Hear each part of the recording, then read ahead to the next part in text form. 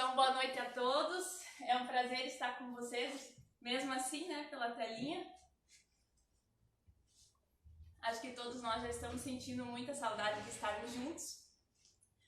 Domingo passado, quando a gente veio aqui fazer a live, eu dei uma caminhada lá pelo salão da igreja, sem as cadeiras, as luzes apagadas, como faz falta estar a casa cheia, né?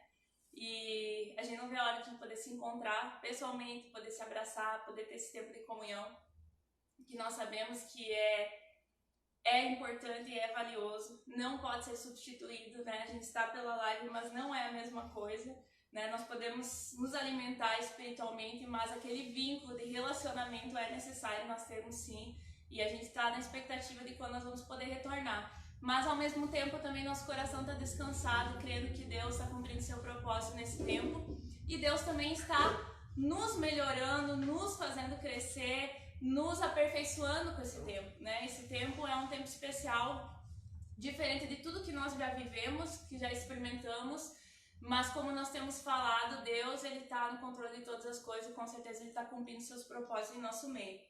E hoje eu quero trazer uma palavra para compartilhar aqui com vocês, para esse tempo mesmo que eu creio que é importante para nós meditarmos. Então você está aí na sua casa com a sua família, eu desejo que teu coração esteja aberto para receber, que depois, ao final dessa palavra, você compartilhe com seus familiares aquilo que Deus falou no teu coração, que no momento que nós orarmos juntos, você realmente pare, ore, esteja junto conosco, conectado no mesmo Espírito, para que Deus possa alcançar o seu coração e sua família com a semente da palavra de Deus, que isso venha frutificar, apesar de nós estarmos fazendo isso através de uma transmissão. E glória a Deus por isso. Quando a gente para e pensa que antigamente, lá na época primitiva, a igreja foi perseguida, e os irmãos tiveram que se espalhar, eles não podiam ter esse privilégio de se conectar e poder se relacionar, pelo menos virtualmente, né? E se reuniam poucos em casas, e hoje nós temos um privilégio de estarmos aqui, pelo menos podendo compartilhar, e eu tenho certeza que a palavra de Deus, ela não está presa a um lugar, ela alcança onde nós estamos, onde nós estivermos, e o meu desejo é que o Espírito Santo venha falar contigo.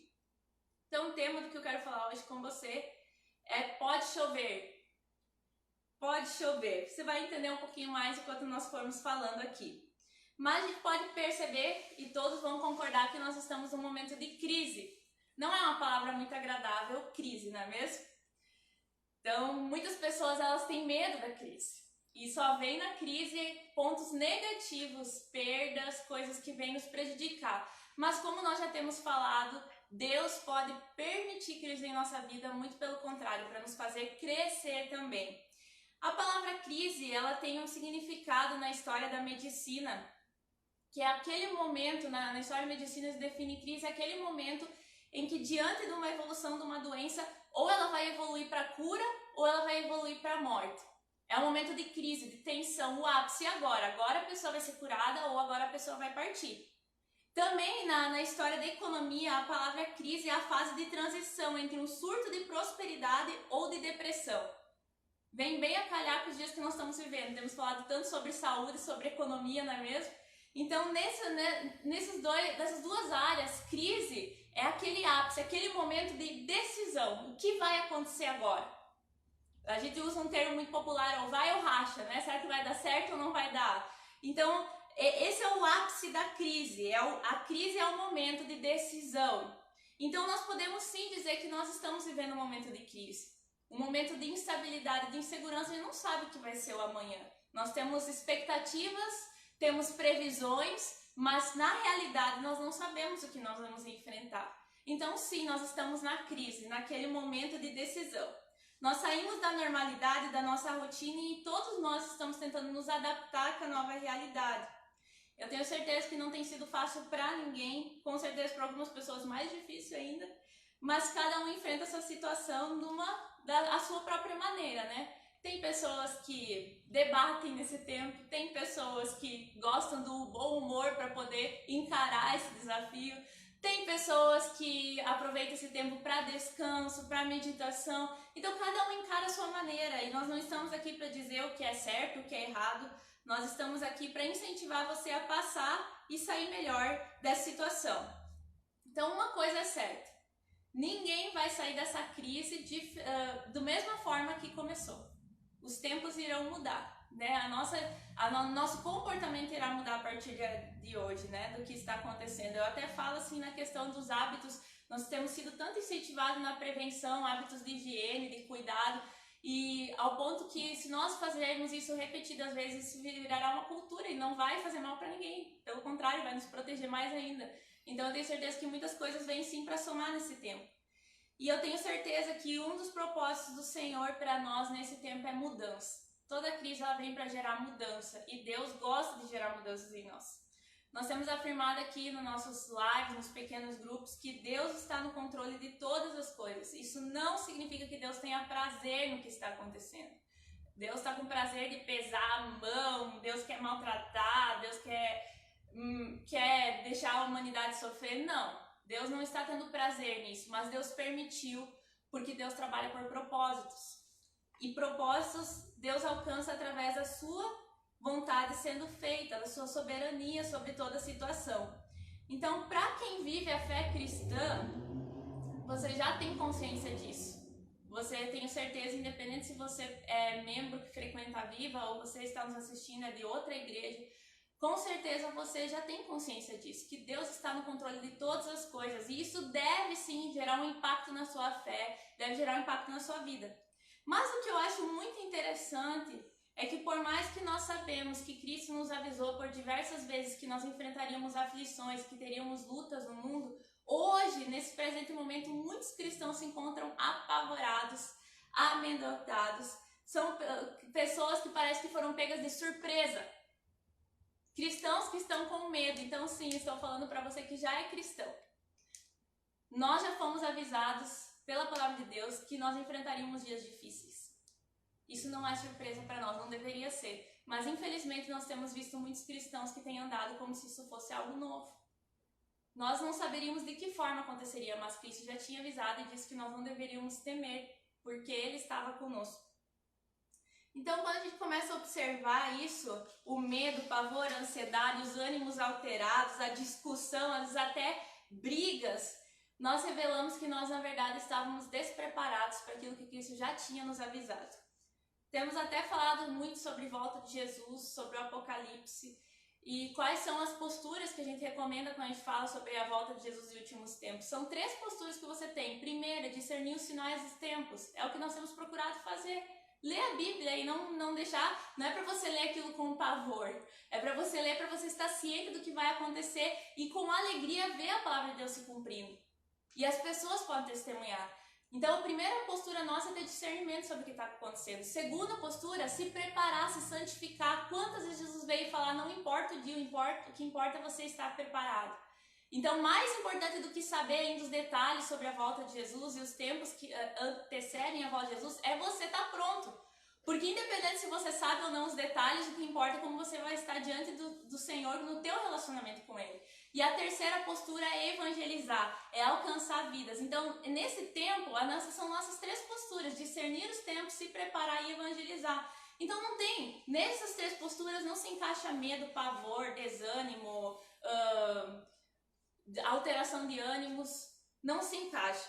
Em Provérbios 24:10 tem um texto que diz assim: quem é fraco numa crise é realmente fraco. Eu acho muito forte esse texto e muito real. Em outra tradução diz: se te mostrares fraco no dia da angústia, é que a tua força é pequena. E não é assim.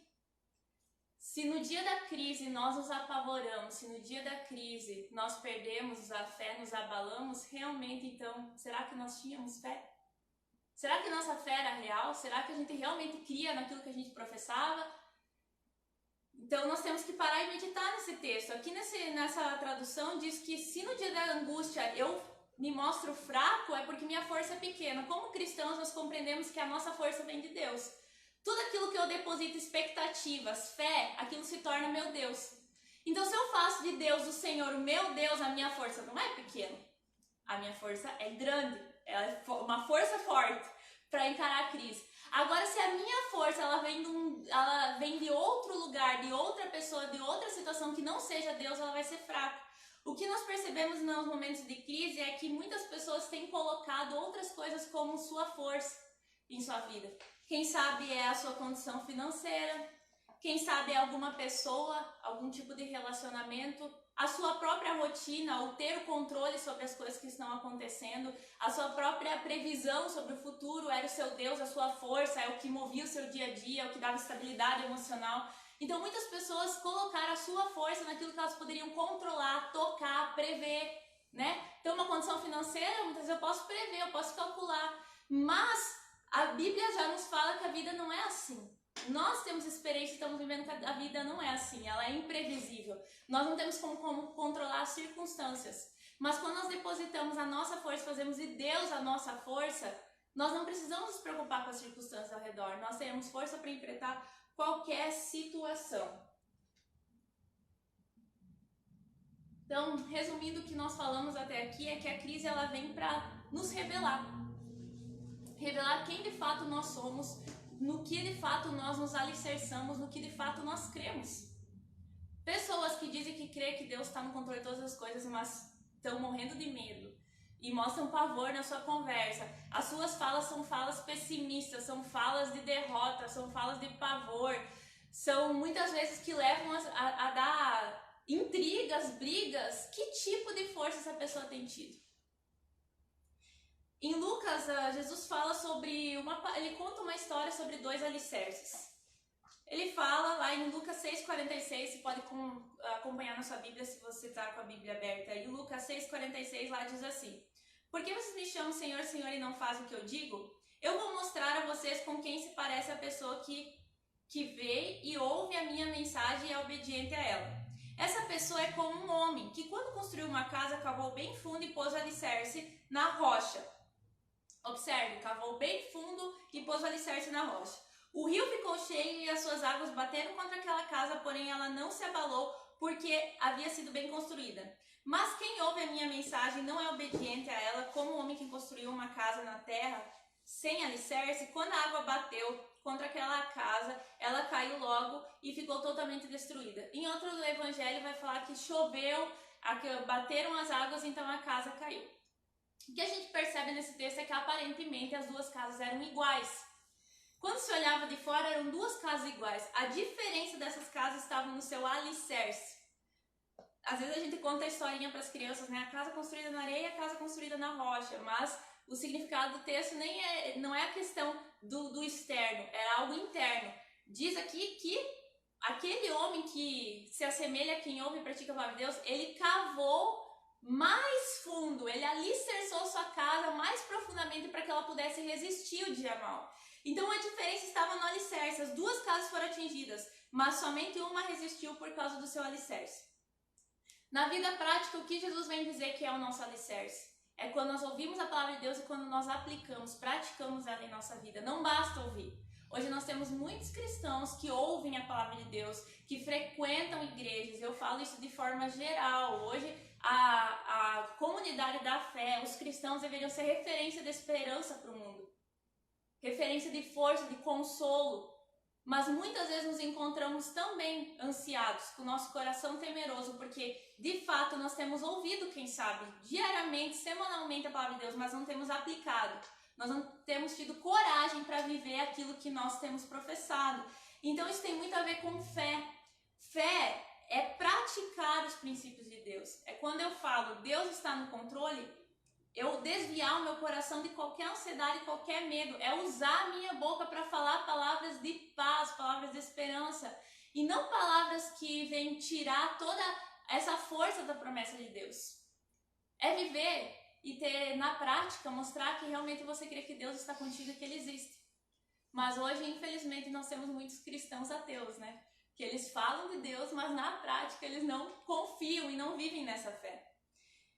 Então a minha pergunta para nós meditarmos essa noite é: até onde a tua fé te levará? O quanto você pode ser colocado na pressão e você vai resistir, se depender da medida da fé que você tem hoje?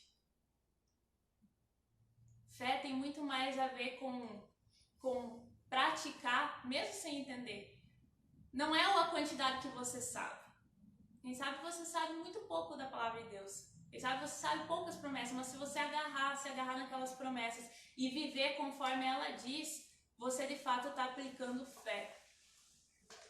Tem uma música infantil que eu tinha o CDzinho quando era criança e cantava sobre a Arca de Noé. E a música sobre quando ia chover, né? E a arca estava preparada e cantava: pode chover, a arca está pronta, Noé construiu, quem sabe você conhece. E eu fiquei meditando sobre essa música. Será que nós podemos chegar e dizer assim: pode chover, que eu estou preparado? Nós não estamos aqui para te dar uma ilusão de que, como cristãos, nós não enfrentaremos dias difíceis. Nós temos falado isso também nas nossas celebrações, nos discipulados.